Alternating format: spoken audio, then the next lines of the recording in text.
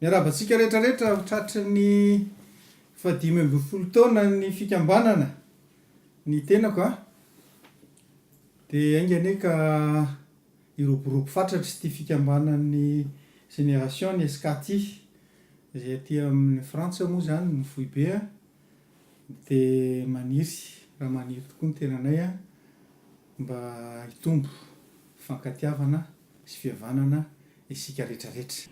Ny école Sacré-Cœur Antanimena tokoa mantsy dia feno 5-20 taona amintsika amin'ny teny zao.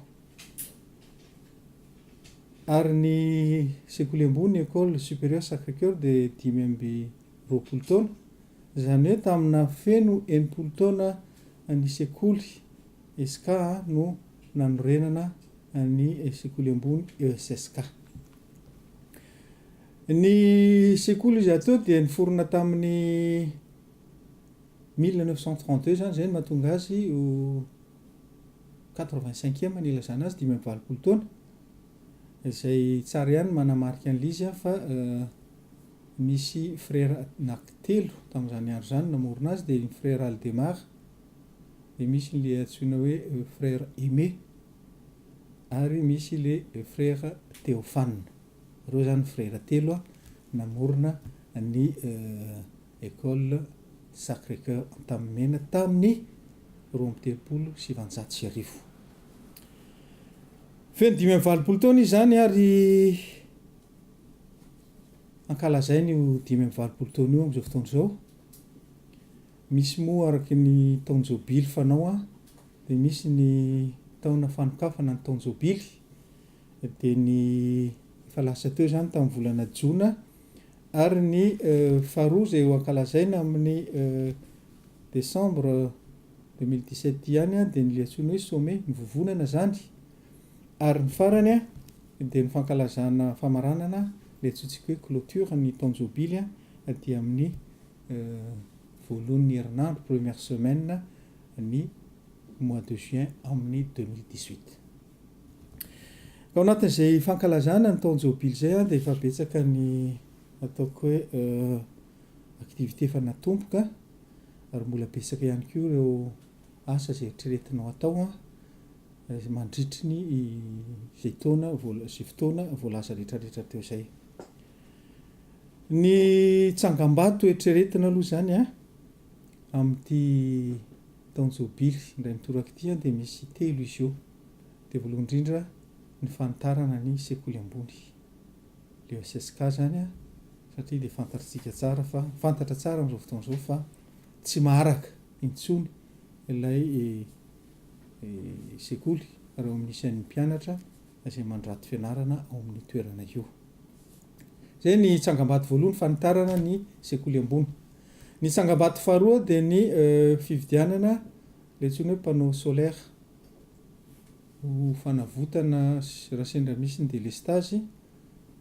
Ny irina moa zany dia tsisy ny délestage tsony fa fantatritsika fa ny Madagasikara mbola misy zany antsoina hoe délestage zany, ka indraindray eo ankatoky ny fianarana mihitsy ny ao amin'ny SK, ny secondaire sy ny premier cycle, dia tsisy tampoka ny jiro nefa mila mampiasa ny ordinateur sy ny karazany.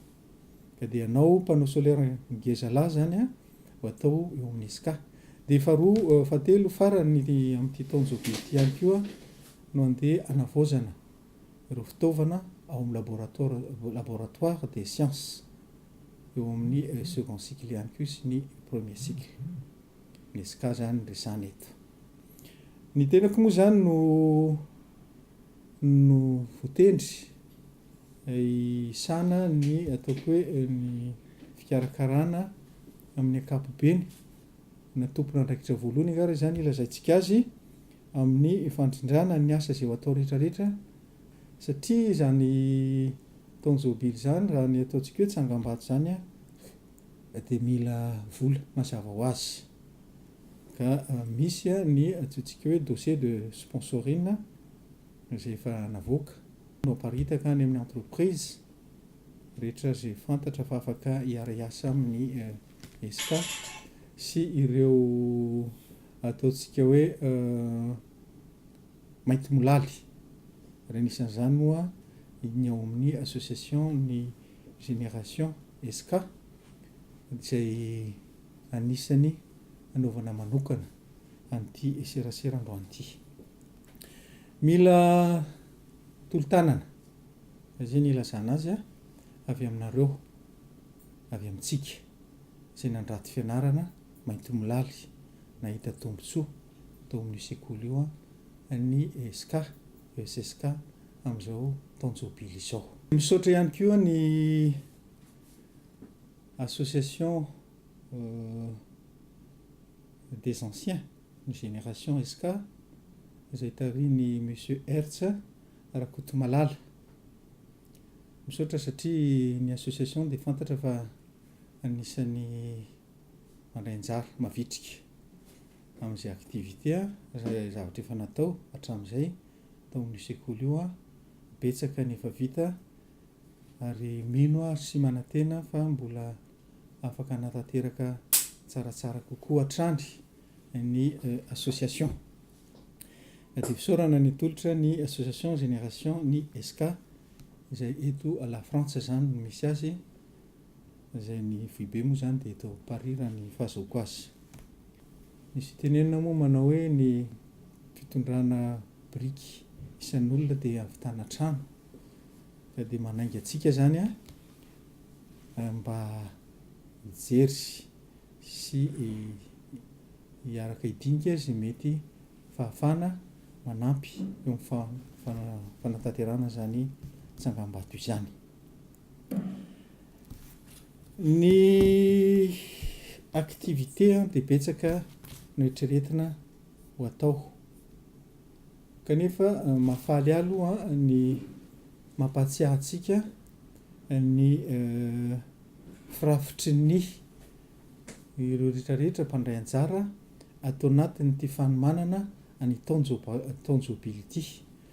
Ny voalohany aloha zany dia tafiditra ao ny eglizy katolika ny kara izay tariny monseigneur zanak'olona Audon Marie Arsène, dia ao ihany koa ny congrégation rehetra ny communauté des frères du Sacré-Cœur izay tarihan'ny flou frère provincial Andriana Valonirina Luc Théophile, ny frère directeur général amin'izao fotoana izao frère Randrianantenaina Jean-Élie Hubert, ary tsika dia efa manana parrain amin'ity taonjobily ity dia tsy izany fa ny monsieur Randrinasolo Alexandre izay ancien ihany koa tao amin'io sekoly io izy moa secrétaire général du ministère des finances et budget teo aloha. Dia ao koa zany commission d'organisation izay ny tenako moa zany no mitarika azy me Andrianirina, dia miara-miasa amin'ny commission anaky efatra, commission spirituelle izay frère Koutralahy Justin izay fantatrareo tsara mihitsy, dia commission culturelle madame Randrianomanana Yolande, ny amin'ny commission sport frère Randrianantenaina Franklin, ary ny ao amin'ny commission communication monsieur Rabenandrasana Cadet. Dia miara-miasa ihany koa ao anatin'ny firafitry n'izy dia ny APSK, ny izay tariny madame Razafy Arvony Clarisse, io moa zany dia fikambana be ny mpiara-miasa rehetrarehetra ao amin'ny SK sy ny ESSK. Dia misy koa ny association mpianatra any amin'ny SK sy ny association mpianatra ao amin'ny ESSK, dia ny anciens élèves dia nisan'izany zany ny association génération SK aty ny association des élèves any Madagasikara sy ny aty ivelany, ary ny association ny ray aman-dreny. Zany rehetrarehetra zany no miara-misalahy manatanteraka sy hanatanteraka izay activité rehetrarehetra ho atao. Anisan'ny partenaire mavitrika be dia ny commune urbaine Antananarivo, satria zany dia natolotra ho karakarain'ny SK zany ny zaridaina izay manoloana ny SK io dia hitondra ny anaran'ny frère Romain izy io, manomboka Atsoatsy izay izanao taony inauguration amin'ny décembre 2017 ity. dia le lalana miditra eo amin'ny BEF mivoaka aty amin'ny CCSK dia hitondra ihany koa ny anaran'ny frère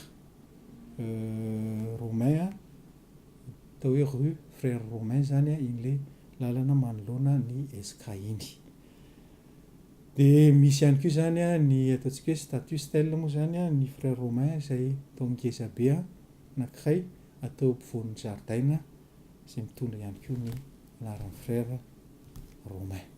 Zany zava-baovao tsy fantatra na efa fantatritsika ihany fa zava-baovao izay entin'ny taonjobily 520 taona sy 520 taona ny SK.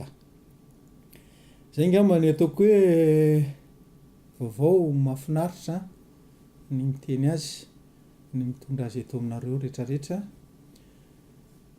Araka ny voalaza teo moa zany dia mila tolo-tanana ny sekolintsika dia anisan'izay zany ny antony anaovana an'izao karazana serasera eto amintsika rehetra izao. Ka dia fisaorana no atolotra ary mirary koa raha mirary soa ny association Génération SK aty en France iroborobo tanteraka ny association ary zao 520 taona izay ankalaza 510 taona izay ankalazanareo zao dia hitondra vokatra eo amin'ny fikambanana ary indrindra hitombo fitiavana sy fihavanana ho an'ny fianakavian'ny mpikambana rehetra. Dia misaotra tompoko lahy, mankasitraka tompoko vavy.